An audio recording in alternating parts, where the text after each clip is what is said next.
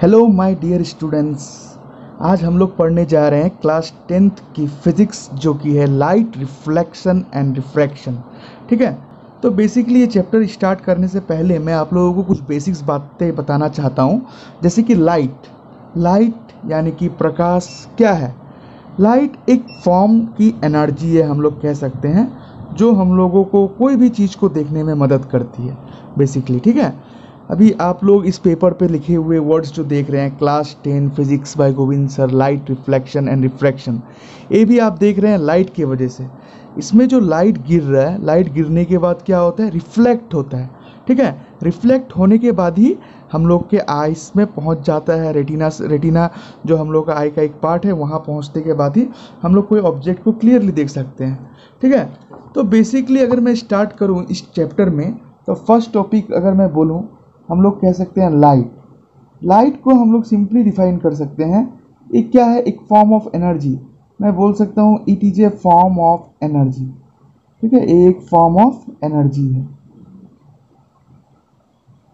Light. ठीक है, अब फर्स्ट इसमें हम लोगों को जानने वाली बात ये है कि रिफ्लेक्शन होता क्या है और इसका कितना क्या टाइप्स है, क्या लो है, ये हम लोग समझते हैं। ठीक है, तो स्टार्टिंग इस चैप्टर का जो है वो है रिफ्लेक्शन से। तो बेसिकली मैं आपको बोलूं, रिफ्लेक्शन मतलब कभी आप लोगों ने गेंद को अगर वॉल पे पटका होगा या फिर नीचे फ्लोर पे पटका होगा, तो आप लोगों ने नोटिस किया होगा गेंद क्या होता है, वापस उछल के आ जाता है। ठीक है, तो ये लाइट का केस में भी सिमिलरली ऐसे ही होता है। लाइट भी क्या होता है, जो अगर एक सरफेस पे अगर टकरा जाए, जैसे कि लाइट अगर मेरा इस पे गिर रहा है ना, अगर इस पे टकरा के अगर वापस आ जाए तो वो क्या होता है, रिफ्लेक्शन हम लोग उसे कहते हैं।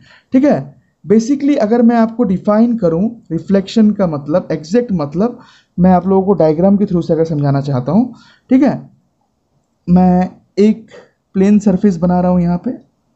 ठीक है, एक हम लोग का प्लेन सरफेस है, राइट, ये हम लोग का एक प्लेन सरफेस है। मैंने अलाउ किया कि एक लाइट यहाँ पे गिरे। ठीक है, ऐसे करके क्या हो, एक लाइट मैंने अलाउ किया लाइट को गिरने के लिए। तो एक लाइट अगर यहाँ पे आके गिरा लाइट, ठीक है, ये लाइट क्या होगा, यहाँ पे गिरते के साथ ही ये लाइट क्या हो जाएगा, रिफ्लेक्ट होगा। ठीक है, रिफ्लेक्ट होने के बाद क्या होगा, वापस चला जाएगा। कैसे जाएगा वापस, जैसे आया है वापस वो रिफ्लेक्ट होके इस तरह से चला जाएगा, राइट। तो आप लोगों ने देखा सरफेस पे जैसे ही लाइट गिरा ना, तो लाइट क्या हुआ, रिफ्लेक्ट हुआ और रिफ्लेक्ट होके वापस चला गया। तो ये जो फेनोमेनन है, ये जो प्रोसेस है जिसके वजह से लाइट कोई भी सरफेस पे गिर के वापस बैक हो जाए, उस फेनोमेनन को हम लोग कहते हैं रिफ्लेक्शन। अगर मैं इंग्लिश में बताऊं आपको, the phenomenon of bouncing back of light after striking the surface is called reflection. तो ये है क्या, रिफ्लेक्शन। ठीक है, इसे हम लोग कहते हैं रिफ्लेक्शन। तो रिफ्लेक्शन में भी बहुत सारे पार्ट्स होते हैं जो कि हम लोगों को अच्छे से जानना है। क्या क्या पार्ट्स होते हैं रिफ्लेक्शन में, जो लाइट के रेस गिर रहे हैं, रेस को क्या कहा जाता है, ये सब भी जानना हम लोगों के लिए ज़रूरी है। तो रेस की अगर बात की जाए लाइट का, तो आप लोगों ने फर्स्ट देखा इसमें एक रे ऑफ लाइट गिरा। रे ऑफ लाइट गिरते के साथ क्या हुआ, रिफ्लेक्ट हुआ। ठीक है, ये जो रे ऑफ लाइट है जो इस सरफेस पे गिरा ना, इसे हम लोग कहते हैं incident ray, INCIDENT, incident ray. ठीक है, और ये जो लाइट इस पे गिरते के साथ रिफ्लेक्ट होके गया, इसे हम लोग कहते हैं reflected ray, REFLECTED, reflected ray. ठीक है, और ये हम लोगों का है प्लेन सरफेस। ठीक है, ये हम लोगों का क्या है, प्लेन सरफेस, जहाँ पे लाइट गिर रहा है। ठीक है, सरफेस जितना प्लेन हो, जितना स्मूथ हो, लाइट का रिफ्लेक्शन उतना ही अच्छा होने का चांसेस रहता है। ठीक है, तो ये था हम लोगों का। फिर अभी हम लोग क्या करते हैं, यहाँ पे एक नॉर्मल ड्रॉ करते हैं, राइट। ये हम लोग एक क्या करेंगे, यहाँ पे एक नॉर्मल ड्रॉ करते हैं, एक स्ट्रेट लाइन ड्रॉ करते हैं। ये मैं बता रहा हूँ आप लोगों को, मैं स्ट्रेट लाइन क्यों ड्रॉ कर रहा हूँ। इसे हम लोग कहते हैं नॉर्मल। ठीक है, इसे हम लोग क्या कहते हैं, नॉर्मल। तो यहाँ पे आप लोगों ने देखा, पहले एक रे ऑफ लाइट आया, इस सरफेस पे स्ट्राइक किया और सरफेस स्ट्राइक करते के साथ ही वापस चला गया। ठीक है, तो ये जो सरफेस पे जो स्ट्राइक किया, इसे हम लोग कहते हैं इंसिडेंट रे। जो वापस गया स्ट्राइक करके, इसे हम लोग कहते हैं रिफ्लेक्टेड रे। और ये जो बीच में हम लोगों ने एक लाइन ड्रॉ किया है ना, स्ट्रेट लाइन, इसे हम लोग कहते हैं नॉर्मल। ठीक है, तो बेसिकली जो अगर मैं एक काम करता हूँ, मैं इसे मान लेता हूँ O, इसे मान लेता हूँ A, इसे मान लेता हूँ B, इसे मान लेता हूँ C, और सरफेस को मैं मान लेता हूँ MN। ठीक है, अगर मैं बोलूँ यहाँ पे तो हम लोग कह सकते हैं OA हम लोगों का इंसिडेंट रे है, OA हम लोगों को क्या है, इंसिडेंट रे। OB हम लोगों का है रिफ्लेक्टेड रे, OB क्या है हम लोगों का, रिफ्लेक्टेड रे। और OC जो है बच्चों हम लोगों का नॉर्मल है, नॉर्मल लाइन। ठीक है, अब मैं आपको ये भी बताने वाला हूँ कि हम लोग ये नॉर्मल लाइन क्यों ड्रॉ करते हैं, क्योंकि अगर आप बॉल को अगर बाउंस कराओ फ्लोर पे तो ये नॉर्मल तो हम लोगों को दिखाई नहीं देता है, बट ये नॉर्मल लाइन हम लोगों ने क्यों ड्रॉ किया है मैं ये भी आप लोगों को समझाने वाला हूँ। उसके बाद MN हम लोगों का सरफेस है, प्लेन सरफेस। ठीक है, तो बेसिकली ये जो नॉर्मल हम लोगों ने ड्रॉ किया है ना बच्चों, ये नॉर्मल हम लोग ड्रॉ करते हैं ताकि हम लोग जो एंगल ऑफ इंसिडेंट है, जो इंसिडेंट होते हुए सरफेस में कितना डिग्री का एंगल बना रहा है, उस एंगल ऑफ इंसिडेंट को निकाल सके, और वापस जाते हुए कितना डिग्री का एंगल बना रहा है, एंगल ऑफ रिफ्लेक्शन, वो निकाल सके। ठीक है, तो बेसिकली अगर मैं आपको कहूं एंगल AOC इक्वल्स टू, मैं लिख सकता हूं एंगल I, इसे हम लोग कहते हैं एंगल ऑफ इंसिडेंस। नॉर्मल को हम लोग इसीलिए ड्रॉ करते हैं ताकि हम लोग एंगल ऑफ इंसिडेंस निकाल पाए। ठीक है, अगर नॉर्मल नहीं होगा तो हम लोग एंगल ऑफ इंसिडेंस और एंगल ऑफ रिफ्लेक्शन नहीं निकाल पाएंगे। और यहां से हम लोगों का है angle BOC equals to angle R, इसे हम लोग कहते हैं एंगल ऑफ रिफ्लेक्शन। ठीक है, ये है हम लोगों का एंगल ऑफ इंसिडेंस और दूसरा है हम लोगों का एंगल ऑफ रिफ्लेक्शन। ठीक है, नॉर्मल हम लोग इसलिए ड्रॉ करते हैं ताकि हम लोग दोनों एंगल ऑफ इंसिडेंट और एंगल ऑफ रिफ्लेक्शन भी निकाल पाए।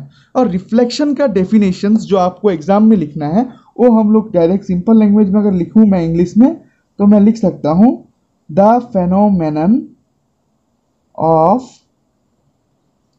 Bouncing, the phenomenon of bouncing back of light, the phenomenon of bouncing back of light after striking the surface।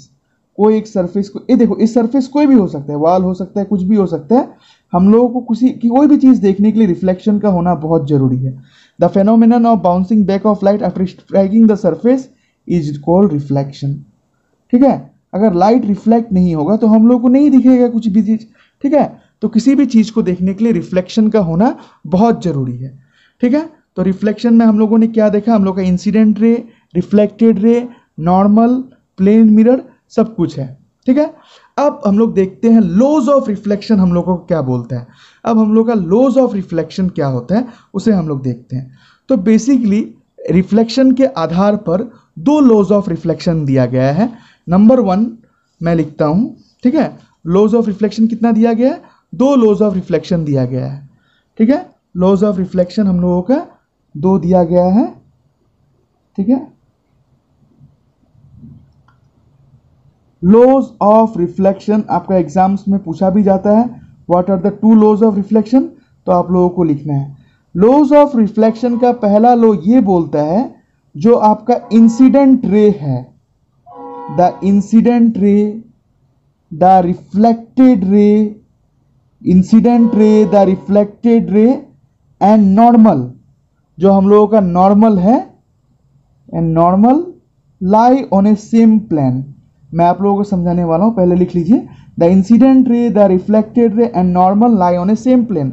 और दूसरा लो ये बोलता है हम लोगों का the angle of incidence, the angle of incidence is always equal to angle of reflection, the angle of incidence is always equal to angle of reflection. ठीक है, ये 2 लॉ क्या है मैं आप लोगों को बताता हूं, बस 1 मिनट आप वेट कीजिए। लॉज ऑफ रिफ्लेक्शन का पहला लॉ हम लोगों को ये बोलता है, जो हम लोगों ने डायग्राम में देखा, जो इंसिडेंट रे है, जो रिफ्लेक्टेड रे है और ये नॉर्मल रे है, तीनों हम लोगों का एक प्लेन पे लाई करेगा, एक लाइन पे।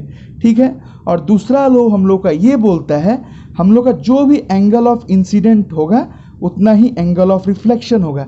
इसका मतलब ये है, अगर लाइट हम लोगों का 30 डिग्री का एंगल पे गिर के नॉर्मल के साथ 30 डिग्री एंगल बना रहा है ना, ये लाइट अगर हम लोगों का गिर के कितना डिग्री एंगल बना रहा है, 30 डिग्री नॉर्मल के साथ अगर एंगल बना रहा है, तो हम लोगों का एंगल ऑफ रिफ्लेक्शन भी 30 डिग्री ही होगा।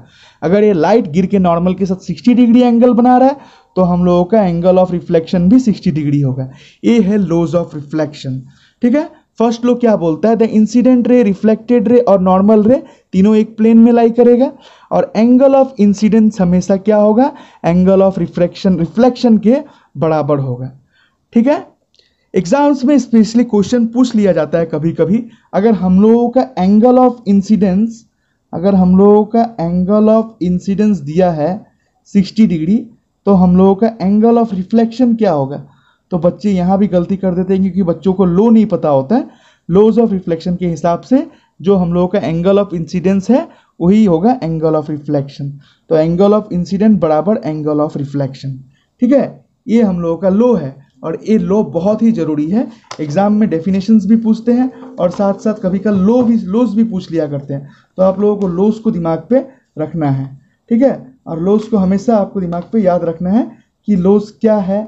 ठीक है, और लॉज का रिलेटेड न्यूमेरिकल्स जो आते हैं वो भी आप लोगों को समझना है। ठीक है, अब ये था हम लोगों का लॉस ऑफ रिफ्लेक्शन के बारे में। अब हम लोग आते हैं नेक्स्ट टॉपिक पे, हम लोगों का मिरर के बारे में। ठीक है,